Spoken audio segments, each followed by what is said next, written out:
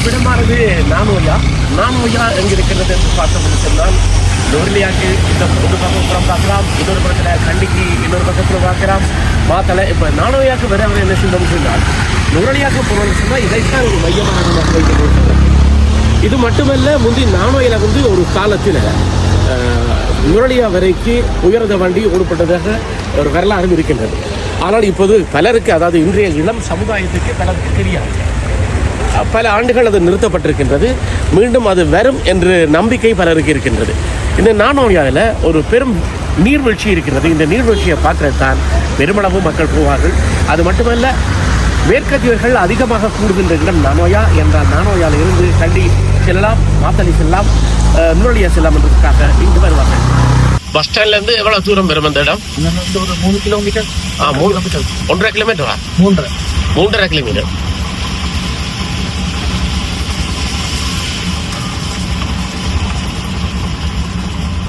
நடந்து போறேன்னா எவ்வளவு நேரம் பிடிக்கும்? நடந்து போறோம்னா ஒரு நடக்கிற போட்டு ஒரு 15 நிமிஷம். அப்படி 15 நிமிஷத்துக்கு போயிடும். ஓகே.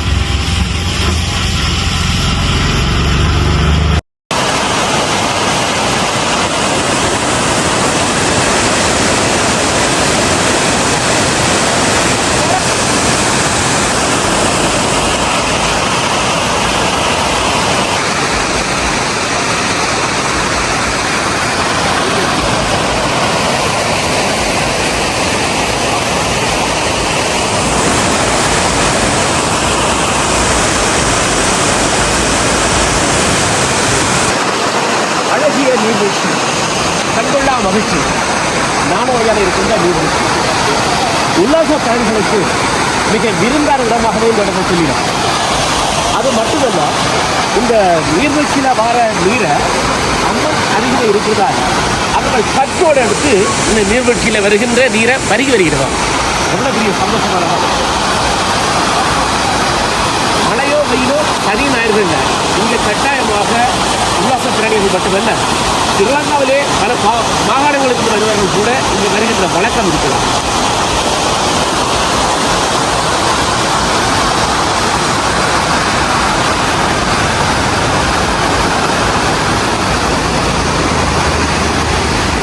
இதன் அருகில் பல தூரம் அல்ல, கிட்டத்தட்ட 3.5 கிலோமீட்டரில் பேருந்து நிலையம் இருக்குது. அதே போல் தொடருந்து நிலையம் அதுக்கு பக்கத்தில் தான் இருக்குது.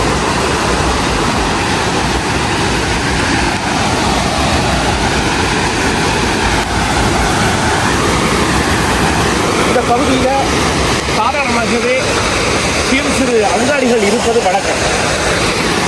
பார்த்தீங்கன்னா ஒரே ஒரு கடை தான் இருந்திருக்கு. மற்றபடி இந்த பக்கத்தில் பார்த்தீங்கன்னா உல்லாச பிராணிகளுக்கு தேவையான அனைத்தும் கிடைக்கும். அவங்க அந்த அளவுக்கு இந்த இடத்தை பெருமையாக சொல்லி போனீங்கன்னா என்ன, கொஞ்சம் தண்ணி சென்றால் பாசி அதிகமாக இருக்கும். அதனால் கொஞ்சம் கவனமாகத்தான் அந்த செல்லவும் அதே கவனம் எடுக்கணும்.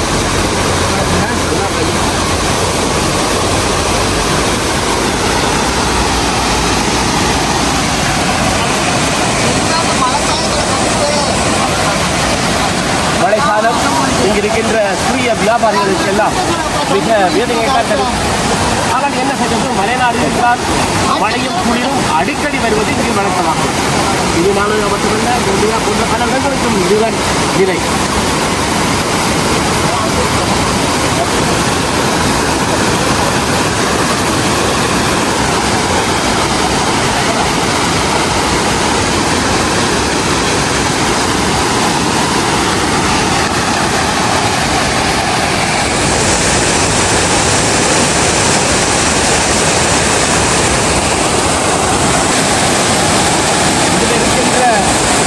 பாறைகள் அநேகமாக பாசி பிடிக்கும், குயில் அதிகமாக தான் இருக்கும். ஆரம்படியாக சிறுவர்களோடு போகும்போது மிக கவனமாக இருக்கும். அதுபோல வயோதிகர்களும் மிக கவனம் இருக்க வேண்டிய இந்த எவ்வளவு பார்க்கும்போது கண்ணுக்கு எவ்வளவு அழகாக தெரியும்.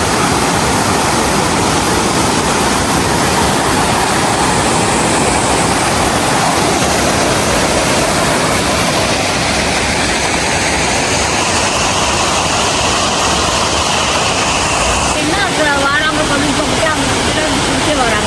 வராங்க, இது பண்ண வராங்க. நாங்கள் அவங்க இருந்து வியாபாரம் பண்ணுவோம். எப்படி வியாபாரம் பண்ணி உங்களுக்கு நடக்குமா? கடையில் 2000, 1500.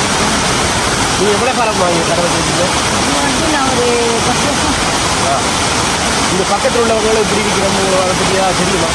இங்கே எல்லாம் நல்லோம். ஒரு பயம் ஒன்றும் இல்லை. ஒன்றும் பிரச்சனையும் இல்லை. யாரும் ஒன்றும் சொல்லவும் மாட்டாங்க, ஒன்றும் இல்லை. இரவு நேரத்திலையும் இப்படி ஆட்கள் வந்து போவாங்களா? உதவிக்கு பண்ணிட மாட்டாங்க யாரும். கிட்டத்தட்ட எத்தனை மணியோட வர்றதுக்கு காட்டுவாங்க? 6 மணியோட சரி. நான் 4 மணிக்கே 1 மணி. நீங்கள் மட்டும் தான் இங்கே கடை வச்சுருக்கீங்களா? வச்சுட்டாரு. என் மகன் இங்கே வந்தால் வச்சுலாம் போகிறாரு, வந்தாரு. ரொம்ப படம். உங்களோட குடும்பமே இங்கே கடை போடுறதா? நானே மணி மட்டும்தான். அவ்வளோ வேறு. வேறு வேறு யாருக்கும் கடை போடுவாங்க. இன்றைக்கி வந்து கடை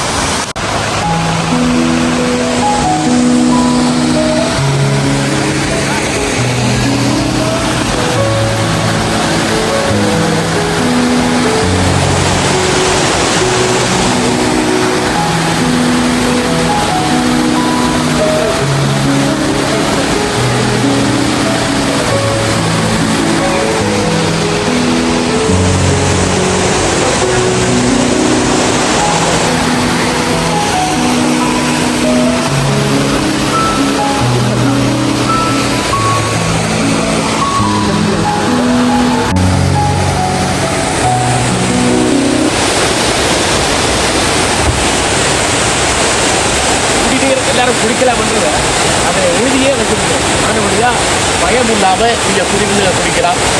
அம்மன் அருள் இருக்குது. பிறகு என்ன, எவ்வளவுக்கு எவ்வளவு நாங்கள் இயற்கை சூழ்நிலை பார்க்குறோமோ அவ்வளவுக்கு எங்களோட மனசு வந்து தூய்மையாகும், அகமும் வந்து சுகமாகும். ஒரு 5 வருஷம் வந்து 5 வருஷம் எப்படியான மக்களையெல்லாம் இங்கே சந்திப்பீங்க? பெரும்பாலும் நிறையா பேர் வருவாங்க, டூரிஸ்ட் வருவாங்க, லோக்கல்ஸ். நல்ல போர்டும் இருக்கும். அளவுக்கு நல்ல தண்ணி குடிக்கிற தண்ணி தான் நல்ல தண்ணியை வந்து அப்புறம் எடுத்துகிட்டு போவாங்களா குடிக்கிறதுக்கு? எடுத்து குடிக்கலாம் நல்ல தண்ணி. இது மலையிலேருந்து தண்ணி எப்படி வருதுன்னு தெரியுமா? காற்றுலேருந்து தான் வரும். இந்த போக்குவரத்தில் இங்கே மக்கள் கஷ்டப்படுறாங்களா? போனவங்க இருந்து இங்கே வரும் வரைக்கும் இப்போ நான் முன்னா கொஞ்சம் சிரமமாக இருந்துச்சு. இப்போ ரோட்டெல்லாம் செஞ்சு கொடுத்துருக்காங்க. நல்லாவே சாதாரணமாக வண்டிகள் வந்து போக பிரச்சனை இல்லை. பிரச்சனை இல்லை. சாதாரணமாக வந்து போகிறது. இப்போ இந்த பேருந்து அதில் இருந்து இங்கே நடந்து மக்கள் வருவாங்களா? நடந்து தான் பெரும்பாலும் வாரது. பெரிய பெரிய வாகனமாக இருந்தால் அது மேலே போட்டு நடந்து வருவாங்க. பசங்க நடந்து போவாங்க. அது கிட்டத்தட்ட அங்கே இருந்து இங்கே வந்துட்டு போகிறோன்னா நீங்கள் அவ்வளோ காசு கொடுத்துருவாங்க. இப்போ நம்மலாம் பெரும்பாலும் கூட இருக்கிற ஒரு 500 ரூபா அந்த கணக்கு இருக்குது. அந்த இருக்கிற இப்போ ஆமாம்.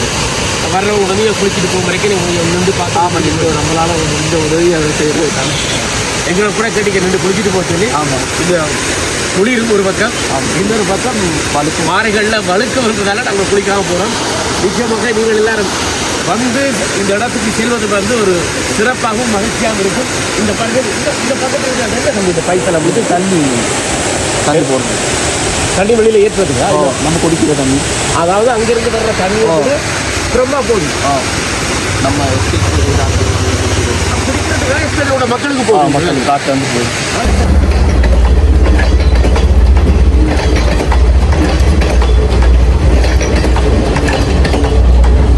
திடீரென்று பார்த்தீங்கன்னா இந்த தொடர் வந்து விட்டது. ஆனால் ட்ரெயினும் இல்லை. இந்த ட்ரெயின் வந்து விட்டது திடீரென்று. ஆனால் இதில் என்ன பிரச்சனைன்னு சொன்னால் ஒரு சிக்னலும் இல்லை.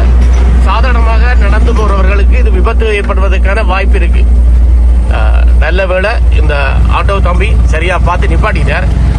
இல்லைன்னா நொடிப்பொழுதுல எல்லாரும் போக வேண்டியதுதான். நீங்க ஆட்டோ தொழில் வந்து இப்போ 5 வருஷமா செய்யறேன்னு சொன்னீங்க. நான் 5 வருஷத்துக்கு கூட. எவ்வளோ காலம்? நான் ஒரு 10 வருஷம் செஞ்சிருக்கேன். அப்போ நீங்கள் எத்தனை வகுப்பு படிச்சிருக்கிறீங்க? நான் ஓரளவு செஞ்சிருக்கேன். ஏன் ப்ரோ நீங்கள் படிக்கிறதுக்கான வேலையா அதுக்கு அடுத்த கட்டம் தொடர்ந்து படிக்கல? அல்லது கஷ்டம் வீட்டுன்னு வைங்க, கஷ்டம். அது படு வேலைக்கு போயிட்டு அப்படியே நானும் ஏதாவது கூட புறப்படமா? அல்லது புறப்படம் வந்து மஸ்கேரியா. மஸ்கேரியா. இப்போ இங்கே 10 வருஷம் வந்து இங்கே இருக்கீங்களா? இங்கே வந்து ரத்தாலையில் வைஃப் வேலை செய்கிறாங்க. நான் அப்படியே அயர் ஓடிக்கிட்டு அப்படியே இருக்கேன். இங்கே சாதாரணமாக நீங்கள் எவ்வளோ உழைப்பீங்க? ஒரு நாளைக்கு ஒரு 1800 1500. அப்போ இந்த ஆட்டோ எல்லாம் வந்து வாடகைக்கு வச்சிருக்கீங்களா? சொந்தமா? சொந்தமா. 1800 உங்களுக்கு போதுமானதா இருக்கா? 10,000 தான் என்ன செய்யும், கடவுளேன்னு கிடைக்கிறது ஓடிக்கிட்டு அப்படி இருக்கும். இப்போ நிறைய பேர் இங்க இருந்து வெளிநாடுகளுக்கு போறாங்களா? ஏன் உங்களுக்கு அந்த ஆசைகள் தெரியல? வெளிநாட்டு போகுதுன்னா அம்மா அப்பாவை பார்க்கணும், அப்படி குடும்ப பிரச்சனை சிச்சுவேஷன் பக்கத்துல இருக்க மாதிரி வராது. அப்ப உங்களுக்கு வெளிநாட்டு ஆசையே இருக்கு? இல்ல ஆசைன்னா இருக்கும், இருந்துச்சு. இப்ப ஃபேமிலி ஆன பிற்பாடு மகன் இருக்காரு, வைஃப், அம்மா அப்பா எல்லாம் அவங்களோட இருக்கணும், கொஞ்சம் காலத்துக்கு இருக்கும். இந்த வெளிநாட்டுல இருந்து வர்றவங்க யாராவது சொல்லியிருக்காங்களா அங்க கஷ்டம் இல்ல எல்லாம் சுகமா வாழ்றோம் அப்படி ஏதாவது சொல்லியிருக்காங்களா? இல்ல அப்படின்னா பெரும்பாலும் நம்ம சொன்னதுன்னு யாரும் நீங்க கேட்டதும் இல்லையா? இல்ல கேட்டது இல்ல, உங்களை கூட யாரும் நம்மள காய்ச்சதும் இல்லை பெருசா. நன்றி. உங்களை மீட் பண்றது சந்தோஷம். சந்தோஷம்.